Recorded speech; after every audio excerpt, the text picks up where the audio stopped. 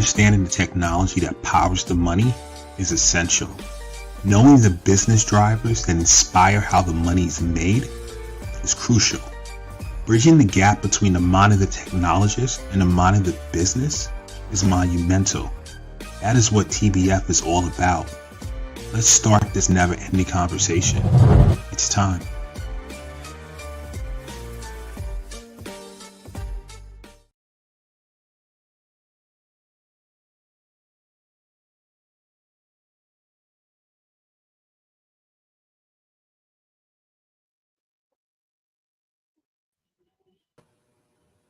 We are back with another episode of the Tech Behind FinTech. Today's episode, FinTech Interoperability Explained, What You Should Know. I'm joined by my esteemed guests, Chris Watson and Jim Bunting. How are you guys doing today? Good. Thank you for having us.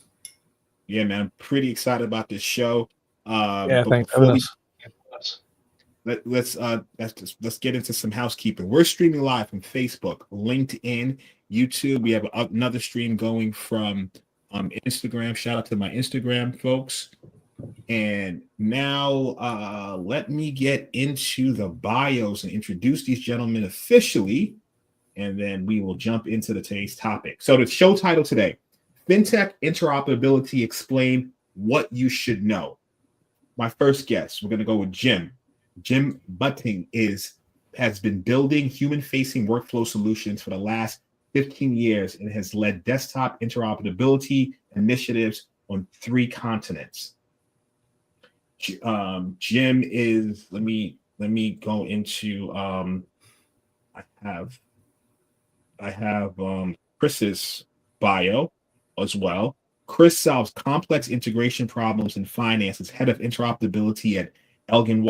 He's a software engineer and solutions architect at heart who enjoys making different financial systems talk to each other effectively. Over the years, he's helped both buy and sell side firms modernize the technology and actively contributes to open source projects like Finos. He believes in building practical solutions that actually work rather than chasing the latest buzzwords. Those are my guests. And let me just do one more thing before we get off. And then we will start today's show. Jim is the director at interop.ai. Didn't mention that during his bio read. And now we can officially start. So guys, for people that don't know, can one of you help us with what is interoperability? Go on, Jim, you've done it longer than I have. I'm sure we can build on that together. How long do I have, and can I use an Ira Glass voice from This American Life, or should I just try to get straight to the point? What's your suggestion? Yes, so, man, we're gonna rock out for like an hour, man. I want to get into it. I want people to understand because I met you guys at the Finos conference. Shout out to Finos and all the wonderful things that they do. We had their CEO on a few months ago that he said, why not come to this conference? I came to this conference and I got introduced to a whole bunch of folks, including both of you. And, in my time in finance, I wasn't working with traders directly on their desktop to solve those type of problems. We solved some other problems for them. So, it was my first time being presented with interoperability. And, we had some guys at Interop really break it down for me. So I was fascinated by it. And I wanted to, bring both of you on to talk about it. So to give everyone an overview, we'll look to you, Jim, since I guess when the ball went up, you grabbed it first. What is interoperability? And feel free to give a long-winded explanation. Okay, I'll try to keep it brief. But so to start with Finos, interesting open source initiative that makes it easier in many ways for new and interesting ideas to enter the marketplace by making it much easier for application or service A to talk to application or service B by having open standards like FDC3 and others underpin what we're talking about when we're talking about finance.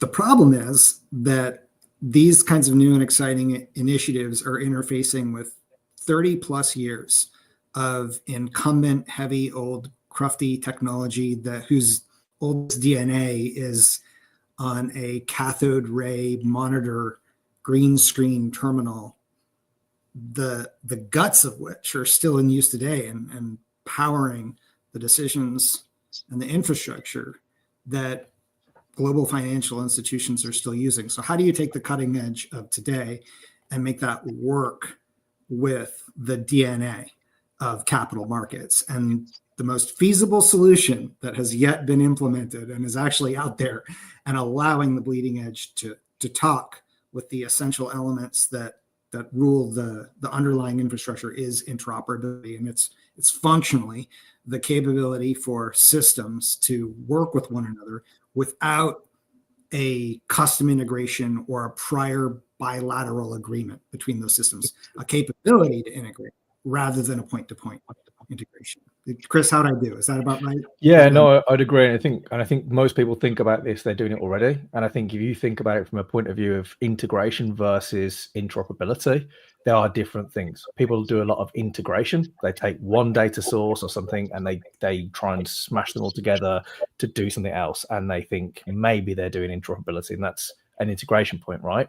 Whole point of interoperability is allowing these applications to still exist in their own space, yet at the same time be able to work with the other things. So they're independent, but still can work with other applications without having to do anything different. And I think from the interoperability that we've seen throughout the years, a lot of that is driven from the user experience side of things. You do something with an application that then drives something else to bring up another application and connect and converse. I think many people have seen this probably in different spheres. So for those that may not even be in finance, my always go-to is this thing. For those that can't see and are listening, it's my phone. And I would say that whenever I'm using my phone and drive, let's say a message, maybe I've got an image, I need to send that to an image editor. I don't, copy that or download it, open the image editor. I share it with the image editor. And then once that's done, I might share it to Instagram or somewhere else. I'm not downloading, uploading. I can now share those things between applications with a very simple share button we're so used to in our day-to-day lives. And it's the thing I think we've been missing for so long and trying to piece together in finance that makes sense everywhere else, right? And just to build on that, the why it's so important to be doing interoperability rather than just a point-to-point integration is because, it's all well and good to have a point-to-point integration between my native Android phone and Google Maps, right? Because those are two mainstays, and the environment is not so volatile that it requires a generalized way for these things to interface with one another. But in capital markets, if you just take one incumbent piece of technology alone, like Charles River, you have innumerable versions that have been customized for various use cases for various clients. The ability to take something like that and make it connect with the FinTech 250, the thousands of applications that are out there, point to point to point to point to point to point to point, you end up with infinite complexity, and you end up in the sort of paralyzed scenario that most capital markets desks are at right now, which is where I have so much partial connectivity that is so fragile and requires so much maintenance that human beings copying and pasting things and looking around like crazy and then rekeying something here is the easier path than actually making an integrated solution. That's incredibly risky because humans aren't good at doing things 100% accurately 100% of the time. We make mistakes constantly. And so the reality of that capital markets technology environment, so many different kinds of applications that were never designed to work together, the need for a generalized way to have a single sort of overlay approach to integrating these things together, that's the importance of interoperability. And that's why it's sort of taken root. When I was at the conference and it was either one of you or one of your colleagues, Jim at Interop, explained it to me. Analogy just to simplify it, and it's been a while, so you guys are the experts. Help me out here. It's almost like having your Microsoft Word suite and how you can interact with Excel, Word, Outlook, and all these different things. That's under one umbrella in terms of vendor, Microsoft. They have all these different applications that seamlessly interact with each other if you have to use them.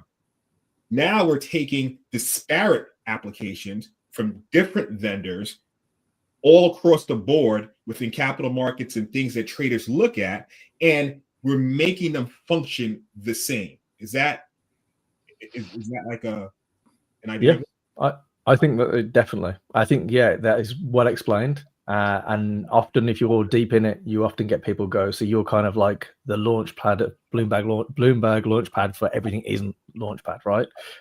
It's the one we get commonly referred to because, like you said, it's like the Microsoft, of the financial desktop. So yes, agreed. Those things working together and being able to come under one roof. And some of those interoperability platforms, like interop.ai, bring those together visually as well. There's a whole sphere of that kind of, not just sharing of information to get things from one to the other. It's how do I pull them together so that I'm not looking at one thing over here, and really trying to make that work together in a cohesive manner. What would you say? All right, the world before interoperability, right? All these applications. You know what? And we have an actual screenshot. Full disclosure, we just created the screenshot right before the show. I'm not going to act like we had this forever, but let me just, for the people on the podcast who's going to listen to this later on, you might not see the screenshot, so I'm going to do my best to describe it to you, right? And the people who are looking at the video, you're going to be able to see it. So what I have here is a gentleman, presumably a trader. He has like 1, 2, 3, 4, 5, 6, 7, 8, 9, about 10 screens, maybe even more, right? All stacked up with each other. We assume each of these screens are a different application. So, this is like this is how my working in the early 2000s and at the investment banks I was in. This is something like we saw, right? This is the world before, right? Walk me through what I'm looking at. Walk me through how interoperability changed this and so forth. Chris, you want to paper, scissors, rock for this, or would you like to go? You go for it, Jim. I think this is your domain to. So yeah, just say it's a sell side trader, and if I'm working on the sell side, the RFQ process is a part of my day. I'm one of my correct. I'm sorry. Request for proposal. Request for quote. Yeah, exactly. Okay. So it's a counterparty saying how much and can you do. So I have to make a bunch of micro decisions before I can answer that. So I'm getting that request. If I have a human am interfacing with it, I'm usually getting that through a chat. Typically Bloomberg. There are other chat solutions as well, but typically Bloomberg. Bloomberg is, it has an API, but it's seldom connected to all of the other systems that I use. So what do I need to do next? Well, I need to check. I need to check what I have on offer. I need to check the latest price. I need to probably check with the latest research. I need to check what's changed between the last 10 minutes and now.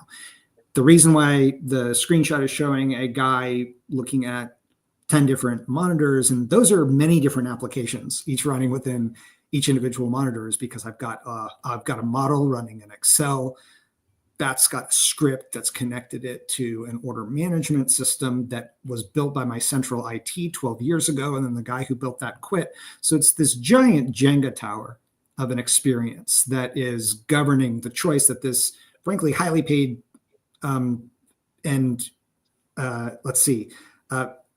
often interrupted, highly paid, very distracted, very busy. This is why they're always throwing coffee cups, by the way, in movies, is because their attention is so preyed upon by the systems that they use and the interruptions that they're dealing with throughout the day. And they are effectively the API, bouncing between systems that don't talk to one another. So the alternative is, okay, my chat comes in. Oh, well, I know that request is coming from Chris Watson. My CRM knows where Chris Watson works. I do have some sort of federated identity management capability. So I'm just going to percolate that information over. And yes, we do know that Chris Watson is at Balyasny, for example. Cool. So let's think about my last 10 transactions with Balyasny. What did they look like? No need for me to take any of these actions because all of my screens, even though they were built by different teams, not intended to work with one another. Some of them are in-house. Some of them I'm licensing from software vendors. They just all work together. And That's the after. And so I get the request, I make the call using my subject matter expertise, I issue the response to the client. So from the sell side, the most obvious use of interoperability is to get greater throughput, get more access.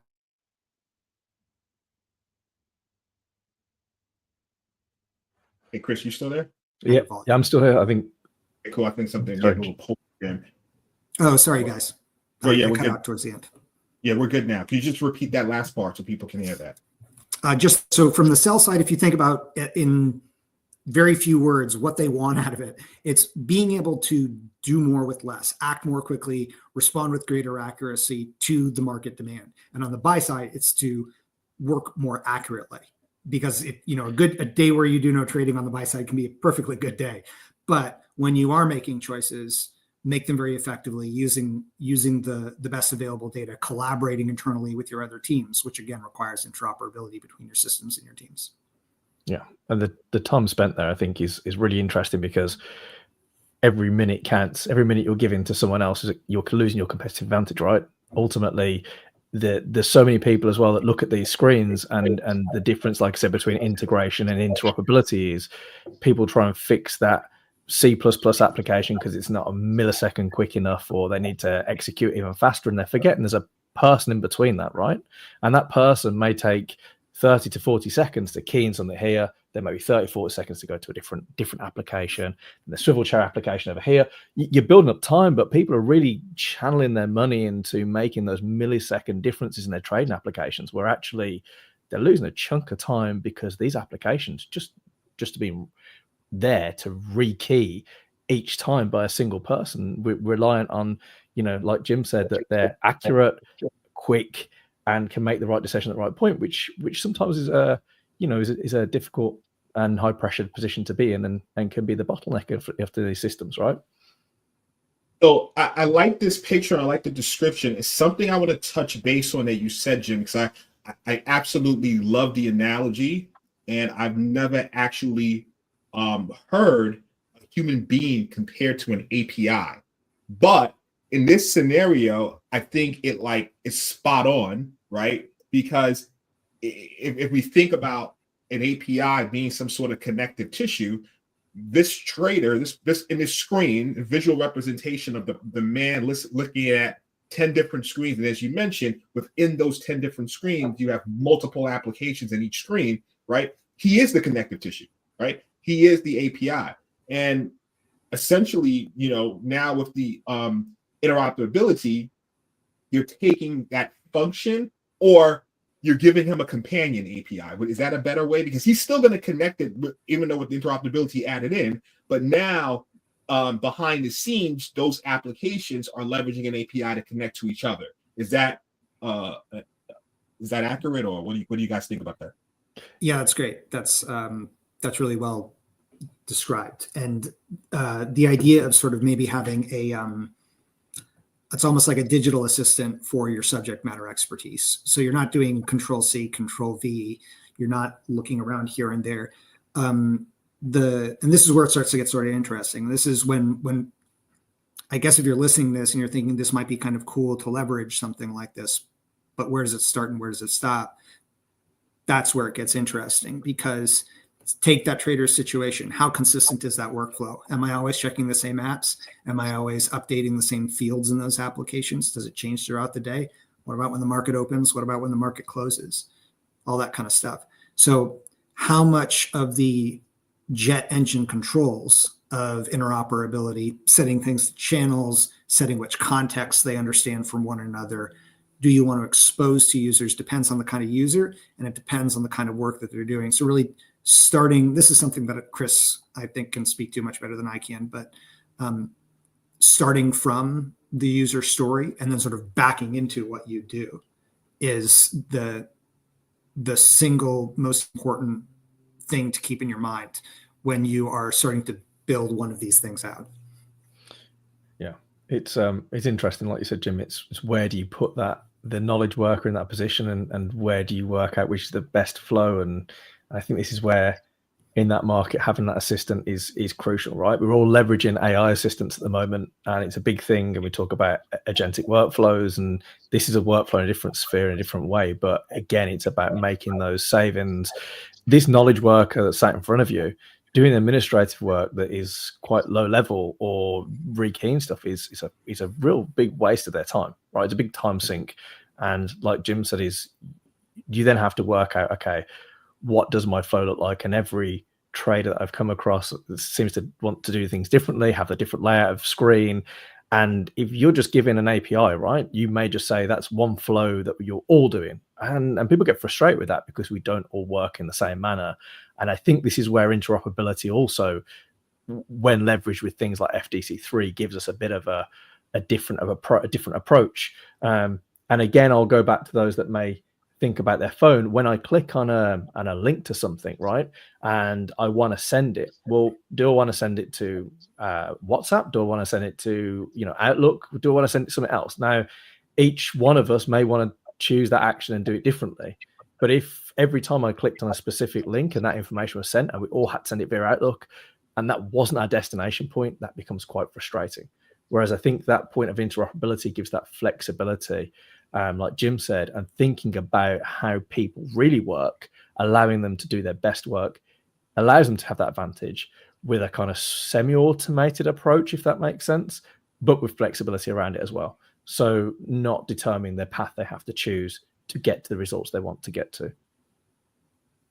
As you guys were talking, did you ever watch that movie with Tom Cruise called Minority Report? He's saying it. He's making the analogy. So when I think about interoperability, right, future state, right, I'm thinking about that. It's just like it's not even for those who don't know, right? It was like this futuristic movie about cops who can see into the future, but the systems that they use, it's less of a computer screen and it's more dynamic. It's literally in front of your face. Picture some three-dimensional computer screen and you're just moving stuff, right? Runs on psychic powers, if I'm not mistaken. Yeah. Three psychics. Three psychics. But is that an example of interoperability, that movie? How he was using all the different applications dynamically? So he's certainly using an interoperable system in Minority Report, because what you have is people that are in some kind of vat of gel whose minds are somehow, you could call them your source of research. Let's set aside Minority Report. They're my researchers. They're creating some sort of research. That research has to do with the thing that the cop is checking out. And then it's a question of, okay, in Precogs report, they see part of an address of a house in front of a house. Okay, what could that be? What are all the houses that have this kind of brownstone work and brass numbers on them? Okay, these 5 neighborhoods, and so on and so forth. So it's clearly an interoperable system. And it's funny that you bring up Minority Report, because we're in 2025, what we're going to really see is a convergence between interoperable platforms and the capabilities that are enabled by the realization of the promises of artificial intelligence. And unfortunately, to the best of my knowledge, we don't yet have precogs predicting thought crime yet, but we do have the green shoots from the hard work that's been done with LLMs now in a position to begin driving what interoperable platforms do. So you are going to be getting, not in the theoretical future, but in 2025, interoperable platforms that are leveraging insights and suggestions from AI in ways that are much more interesting than a chatbot saying something. So what you're saying, Jim, is there ChatGPT, Gemini, and Claude sat there right now in that space? Exactly. Yes, those are our precogs. Yes. Yeah. I love it. I'm keeping the screen up just so people can understand what's going on, because we're gonna dive into it. So, I think that was really a good discussion to get people to understand the before, right? All these different screen, multiple applications, and someone's trying to figure out. I like what you also said in terms of the time being lost, right? When building these systems in the past, it was always about the performance of the system, but we didn't take into account the performance of the human being who has to click through multitude of systems, and that space that's lost. Most people don't. That's not something you think about until the actual user. I want to jump into the request for proposal. The RFP is RFP or RFQ. I want to jump into RFQ. How does that work? Because you come to an organization, and they have multiple traders. I'm assuming they might want a different experience. How does that process work? And I'm assuming, just looking at obviously this is not my field, but from a software development side, I'm assuming you can't just make everything interoperable at once. It has to be some sort of development cycle to finally get maybe these 10 screens go to 9 screens, then it goes to 8, and it goes to 7, 6, and so forth. Can you explain that process? Jim, do you want me to take that one, or you do want to take it? Happy to. No, this is definitely yours. I mean, this is FDC3, and this is everything else. So I think that, like Jim said, and you were at the Finos event, Namdi, you saw what the FDC3 buzz was around, and maybe you caught a couple of those conversations. A lot of these applications today, and you're seeing on screen, are what we'd probably call, a lot of them are legacy, right? There are a lot of applications have been there 10 years plus, and unfortunately, I hate the word legacy because it's someone's work that we're kind of trashing on and leaving it behind, but it's not like that. They're crucial systems that still need to be there, and there's quite a few when you think about that whole RFQ RFP process, and through any process there's quite a few of them.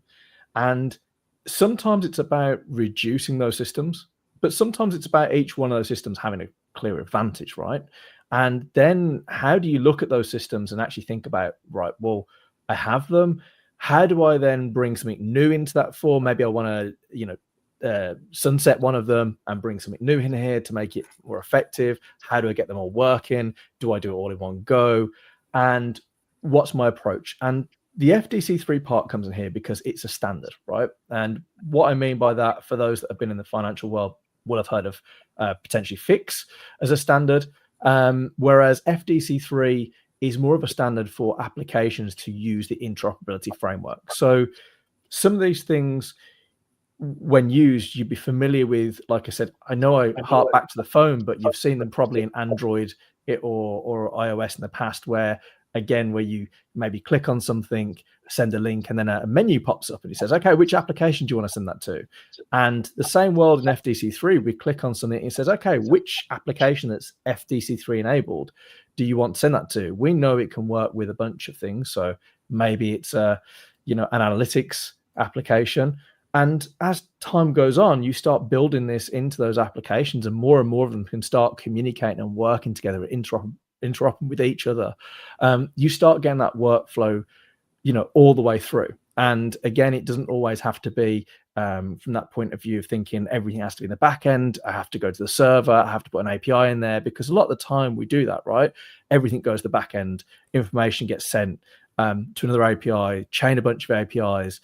And we've got open standards for that in APIs as well, right? And this is the equivalent when we think about that in the world of FDC3 and the desktop applications. So to answer your question, how do we go from that beginning to an end? I think the point starts with looking at the applications that already exist, because there are some out there in the world that are FDC3 enabled that can already interop today, and those that need a bit of updating so they can get to this phase. And, it's not as hard a lift as it sounds. I've worked with quite a few different sell side and buy sides over the years in a technical capacity, and they're surprised how quickly the uplift actually can happen for them to then be able to leverage all these other applications in a whole kind of ecosystem of other tools. So the work itself, I think, is, when we talk about it today, definitely revolves around open standards, and FDC3 is a crucial one because we want these things to work together. And then it's about looking at which systems we need to either bring in, that we need to sunset, that we need to enhance, and it will then give us that full flow of the RFQ process that we actually want to get to. And there is some thought has to be behind it, but again, like every technology, we have to think forward. But it's about future-proofing that as well, because once we do that and something is standardized, bringing something else in using that standard is so much easier than having proprietary software each time, right? Otherwise, you're bolting bits on and trying to work out how to put them together. And it's quite a long and lengthy process to bring in technology into an existing system. As you can see here, imagine if all of these systems, which they probably are very different and don't speak a singular language, then you're having to get them to work together. Now, if half of these systems work together and speak the same language, then it's easier, right, to bring in another application that does. Okay. Before we move on, because I know the audience might be a little bit lost in terms of what FDC3 is. So let's get into that, right? And then circle back into how we're leveraging it, right? So FDC3, the Financial Desktop Connectivity and Collaboration Consortium, I'll put it on the screen, was created by Finos It's created by Finos, FinTech Open Source Foundation, which is now part of the Linux Foundation. So Finos essentially combined with the industry, various contributors. Like I have in my notes here, OpenFin, Glue42, Barclays, Ensemble, which is now Koziak, Morgan Stanley, Citi, Wells Fargo, and just various industry vendors came together, and Finos organized it to create this common language for desktop interoperability for the project. Anything you want to add to that, guys? No, that's exactly it. I mean, the output is, just to go back to the phone analogy again, if I'm tapping on a phone number, it doesn't matter what app I'm in. Everybody knows what a phone number is. By the same token, FDC3's mission is to make it so that everybody knows what a client is. Everybody knows what a chat is. Everybody knows what an analytic is. Even if some of the specifics, the metadata associated with that might be a little specific. Like, okay, I want to look at a financial instrument. Is there an ISIN attached to it or not? These things can change, but at least everybody has a same shared baseline understanding of what the building blocks of financial services are. What are the constituent pieces of work and data that people are working with, so that even if I'm building a trading system in isolation from everybody else, and people do it all the time, I can build my trading system so that if I get an FDC3 message saying, here's an order, here's a bid, here's an ask, here's an exception, I know that that's what I'm getting from another system, which takes all of the work, all of the uncertainty about having to figure out how to connect to everything else in the universe off my shoulders, because I just support this unified way of doing so. Did that come across, or was that Greek? No, that's not Greek at all. Okay, good. That sounds great. I want to clarify something for the audience, right? And when using this now, it could apply to both new and legacy systems, and that's how the communication happens, because they have some sort of standard way to communicate. Is that accurate? Yep. And then if I want to change, if I've put this in for systems A through Z, and I want to change system Q, all the workflow still works. Yeah, it's like Lego in that way. I think the best way I can describe it is like Lego. You pick something up, you drop something else in, like Jim said, and it's still working. That's cool. So I have in my notes here that was launched in around 2017, and around that time. Okay, this is great. All right, so now that we have a clear understanding of that, I know the audience might have been like, FDC3, what's that? So now you guys know, what the importance of it and how monumental it was in this particular field, especially when you're dealing with legacy applications and new applications, just getting them to communicate. It now kind of paints a picture on how you get the interoperable state, because now they're all communicating, so you're building things behind it. So now back to the description on the RFQ process. Now, I have a question. An organization, an investment bank, we're not going to name anybody in particular, approaches you. Okay, you know what? We're this guy, right? Are you building it? Are you looking at it per trader, per team?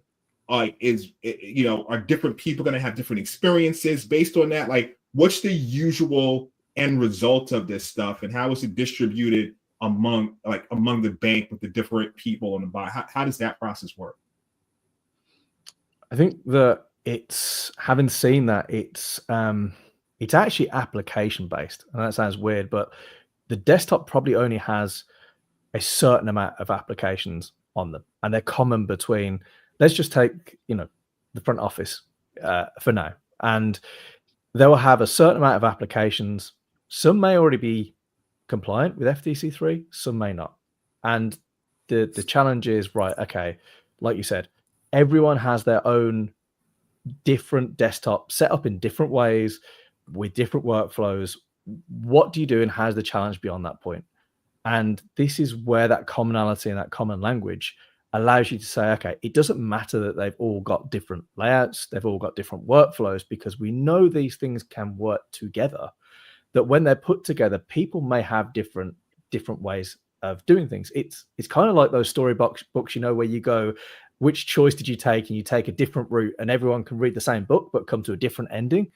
But you're all reading the same book, right? You've all got that same book. And it's the same kind of idea. They've all got that same book. They've all got those same applications, but they may take a different path to get to a different ending.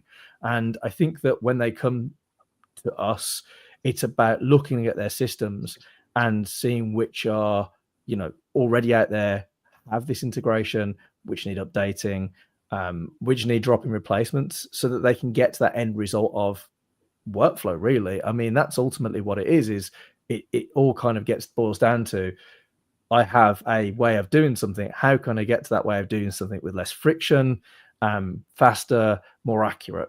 And again, it's probably not as complicated as it sounds to try and get down to the micro level of each individual person at that desk. Yeah, and as far as where does the impetus come from to make this kind of change, it usually comes out of a collective shared frustration between the business and the product supporting the business, or collective shared ambition.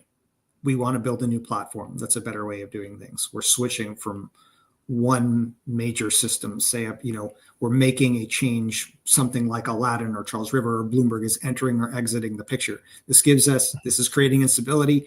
That creates opportunity. What's going to come in and going to facilitate that change or make that happen? So it's either, guys, I just can't get my work done anymore. This thing keeps crashing, and every time it does, it all comes down. Like I can't work. So find a solution, and interoperability is the solution. Or let me make my mark.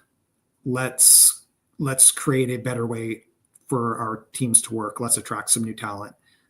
So utopian and dystopian reasons to embark on the journey. And in doing this for, as long as you guys have been doing it, you guys have a tremendous amount of experience in the field.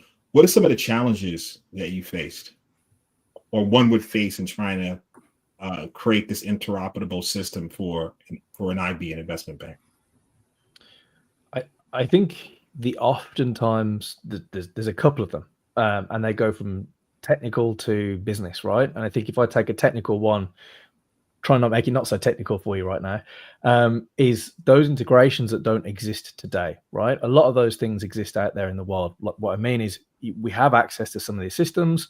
So, you have access to things like FlexTrade, for example, has an FDC3 integration today, and interop.ai has built out some integrations for some of those platforms that may not have done, but there's still platforms out there, and order management systems, execution management systems that don't yet have the integration built out, and that's one of the harder parts to try and crack the nut on. And that's part of the reason why Elgin White's there in that sense, and that's what we do, is to try and crack the nut and being an expert in working with these systems that maybe not there yet, to get them to point where they need to get to. Because once you have that, you really break those big systems down. A lot of the smaller systems are often already FDC3 or going FDC3. So from a technical point of view, once you've got a few of them, they're going there. I mean, I'll give you an example this year, and I don't know if you heard the announcement, but BlackRock, the team there at Elgin, we're doing their stuff with FDC3 and making their FDC3 agent compliant. So it's, again, another big player in the space that's joined the ecosystem. So I think we're going to start seeing that more and more. It's just a case of who's going to get there quickest and who's going to have the competitive advantage. But that is often one of the things that I found the hardest from a standpoint of interoperability. Getting people across the line and getting them into it, once they actually start with that point and you've got a few applications in, there's so many more benefits that we can talk to afterwards. I know we're on the what are the problems here, but the benefits do outweigh that kind of initial inertia to get to that point. I mean, Jim, what else would you say was the kind of big things you've seen?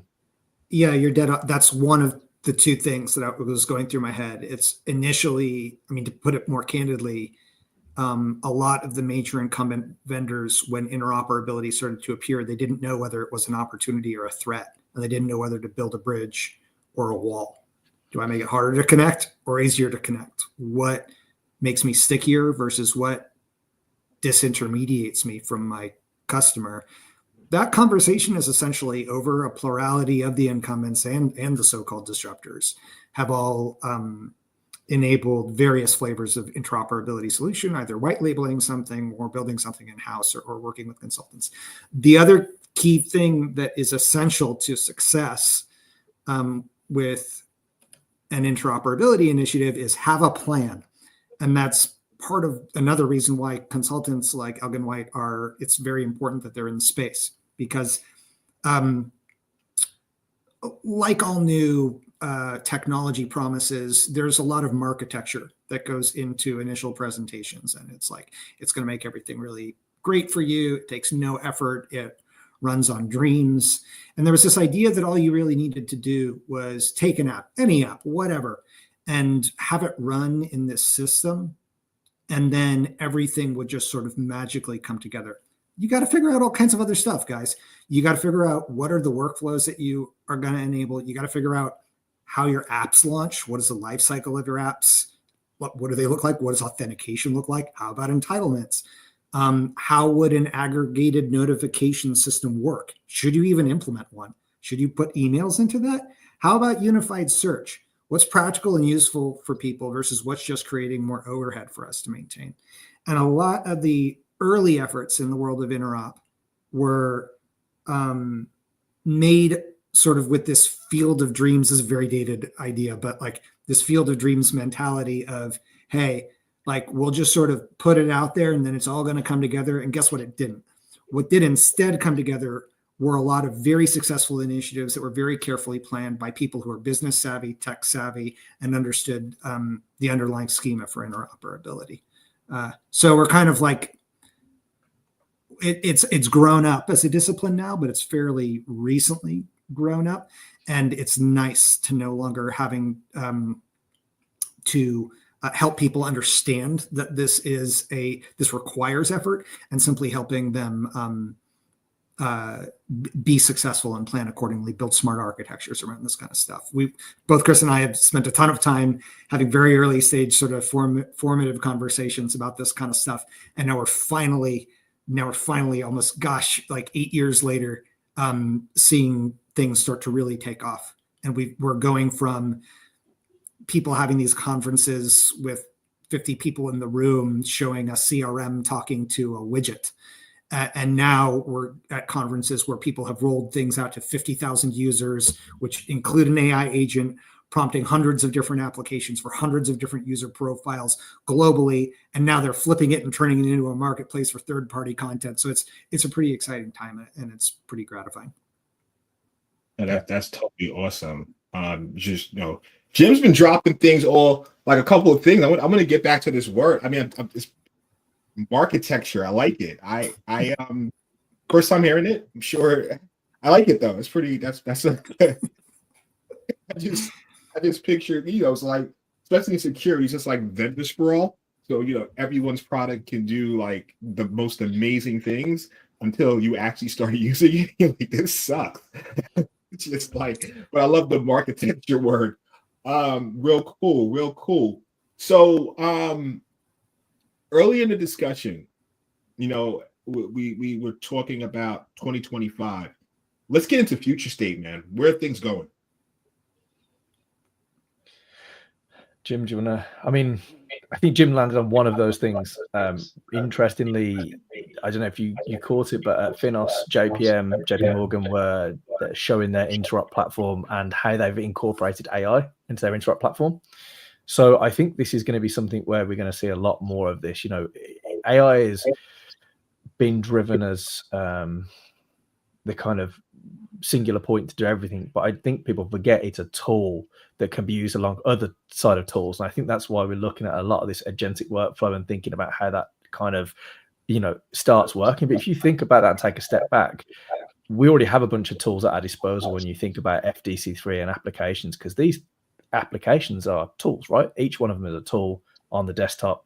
You can drive those tools, you can get data from those tools, you can then move to the next thing. I think that was an interesting showing from JPM and stuff that I've managed to personally do over the last 6 to 12 months. I can definitely see a vision of how that is driven in a different way moving forward. That's definitely one of them. I think, like Jim said, more and more vendors are coming on board, and more people are coming on board, and it's happening quite quick in itself. And as more organizations are adopting this technology, they're putting stuff back out there to the ecosystem. You're going to see a lot more of that, I think, driving forward. A lot more people onto the FDC3 side of stuff. It's just growing and growing and growing. Each year we see more and more people.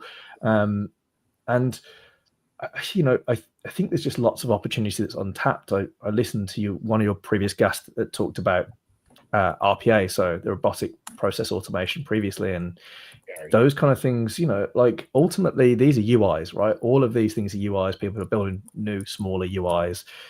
Is there a scope for that? I mean, again, untapped kind of information. It's untapped areas. I think 2025 is so close, but we're just moving quite quickly. I think people are going to start blending this technology in into this, and we're just going to start seeing more and more of that kind of thing. Jim, I mean, what have you seen in the last? Yeah, agree with you. It's an interoperable platform is the perfect vehicle for an AI to work its magic, because it has access, granting it the ability. I mean, you can really AI is freaking crazy. I don't know if you guys have heard about this, but it's pretty interesting stuff. Just kidding. So but you can point an agent at the docs for FDC3 and throw open the controls and say, hey, what conversation did I just have with Mr. Watson? What should I do next? It's going to say, well, it looks like Mr. Watson wants to rebalance his portfolio. Would you like me to load up the appropriate workspace for you? Well, yes, I would. And then it does it. And it knows natively how to do it because it's looked at FDC3, and it knows how to FDC3 style say, I need to raise this intent.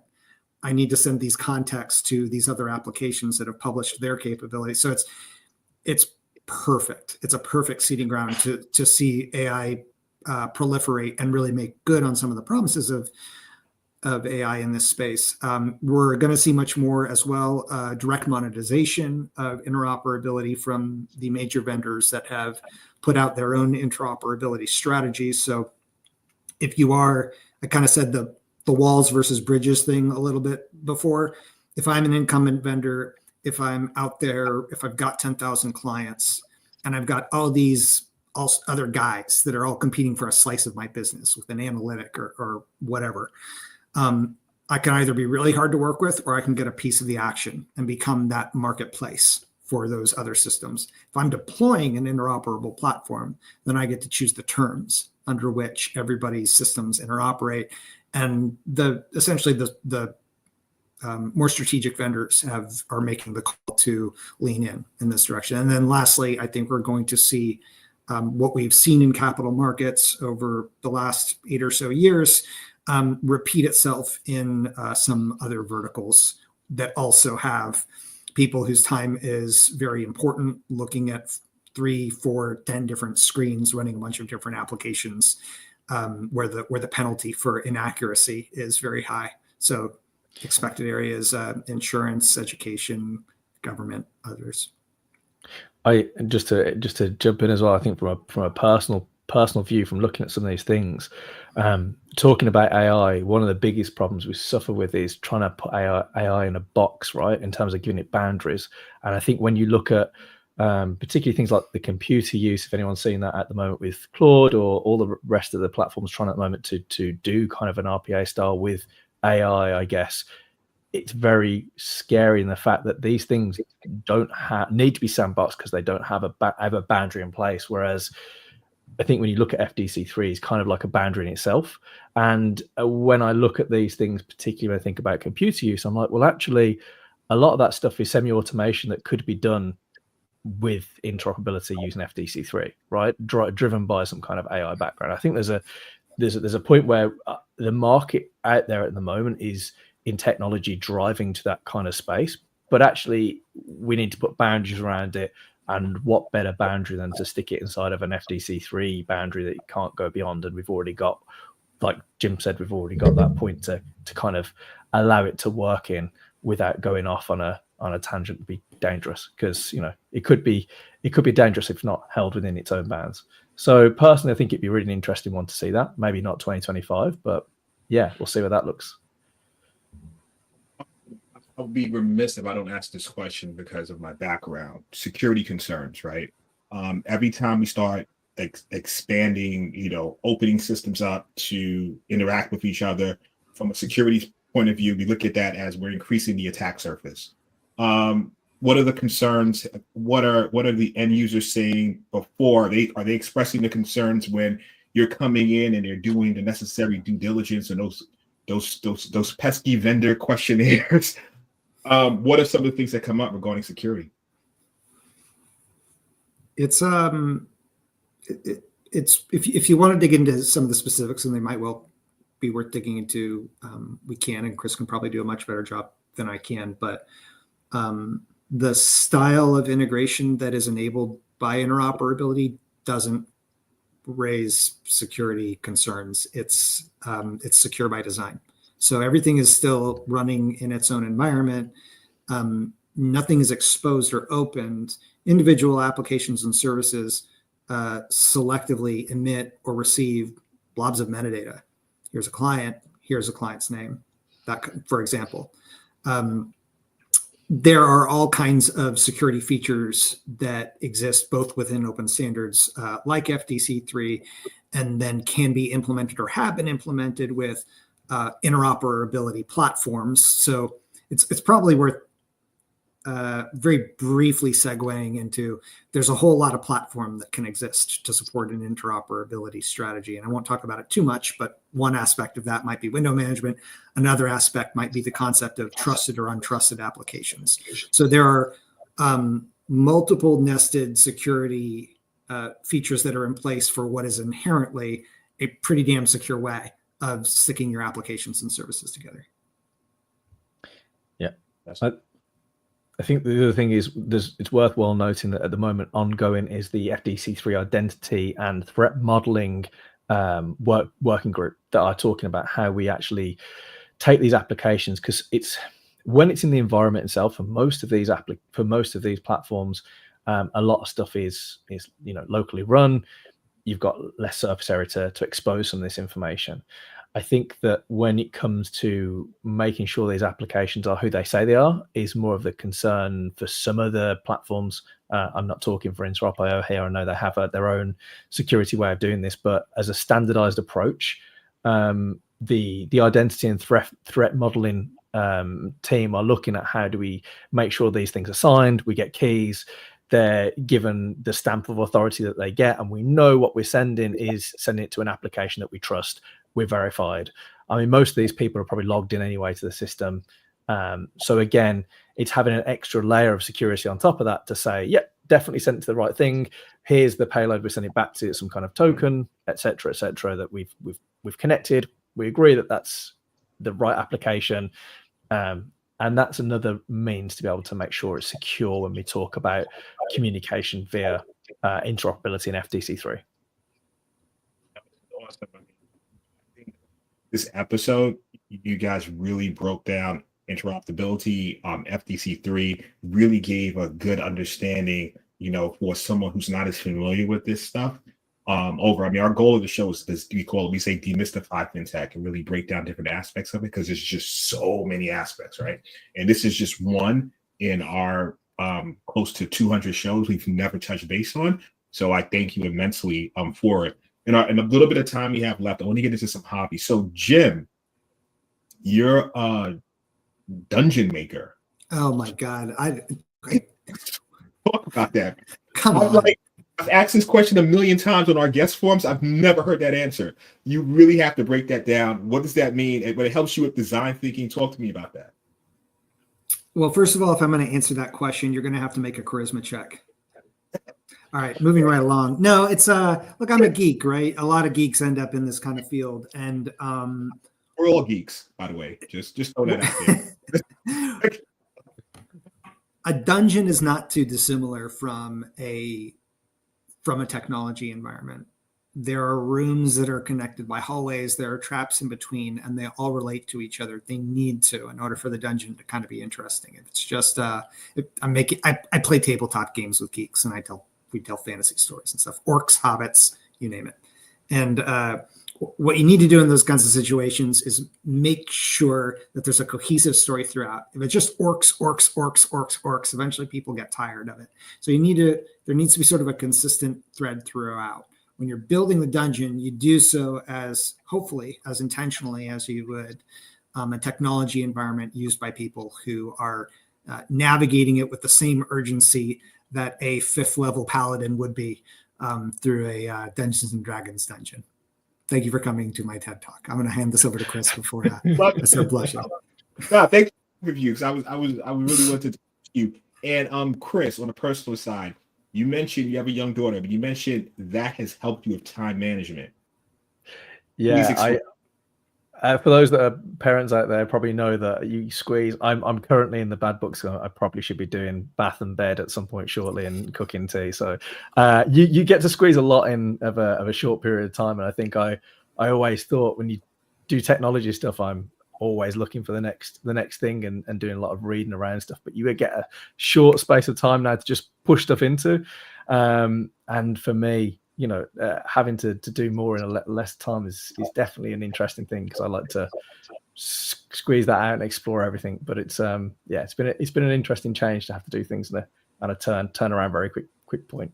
But technology is the same, right? You have to get things done quickly, or otherwise people lose their interest. I mean, how many times have you done projects, they live too long, someone cuts it off and it dies, right? I think that's one of the focuses in interoperability is you now can bring in brand new technology. It doesn't take 18 to 20 months. It takes less than 3 months. New technology's in, you've got it working, off you go. So just like that quick attention span, quick stuff in, I guess the same has to apply. Bring it in, put it in, job done. Nice. All right, listen, guys, what we do in our show at the end, we give a segue so our guests can have solo time to speak. It's both of you, so I'm going to give both of you a chance to go. Just, anything you want to talk about your companies or how people can find you, that is your decision. So I'm going to let Chris go first, and Jim and I are going to get off of the stage, and you're going to go. Sure, yeah. So for anyone that wants to connect with me, feel free to connect on LinkedIn. If you want to connect with us at Elgin White, we'll help you with a lot of your order management systems, Charles River kind of stuff, and hopefully in the future come to us and connect with us and think about how you want to connect via interoperability and fix some of those problems from a business use case point of view and get you moving with a lot of the things you want to build on top of your platforms or new stuff.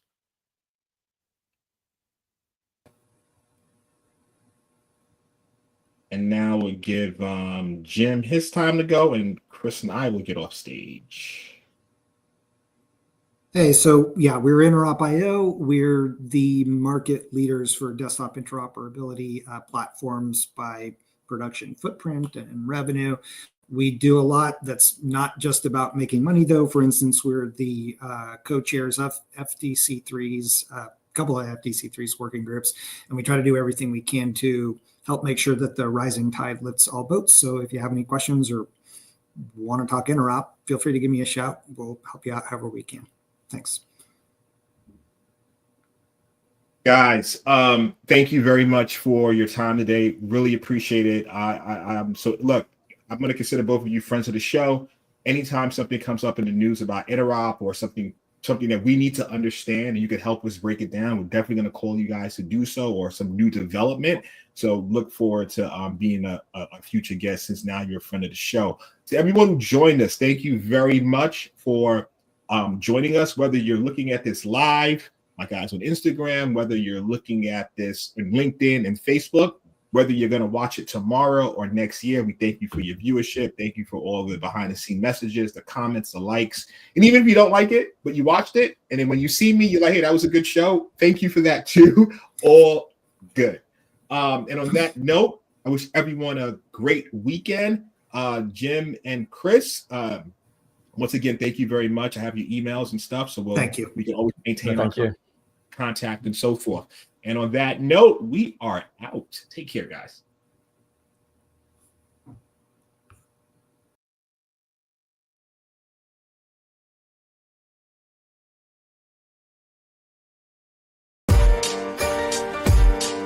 Understanding the technology that powers the money is essential. Knowing the business drivers that inspire how the money is made is crucial. Bridging the gap between the mind of the technologist and the mind of the business is monumental. That is what TBF is all about. Let's start this never-ending conversation. It's time.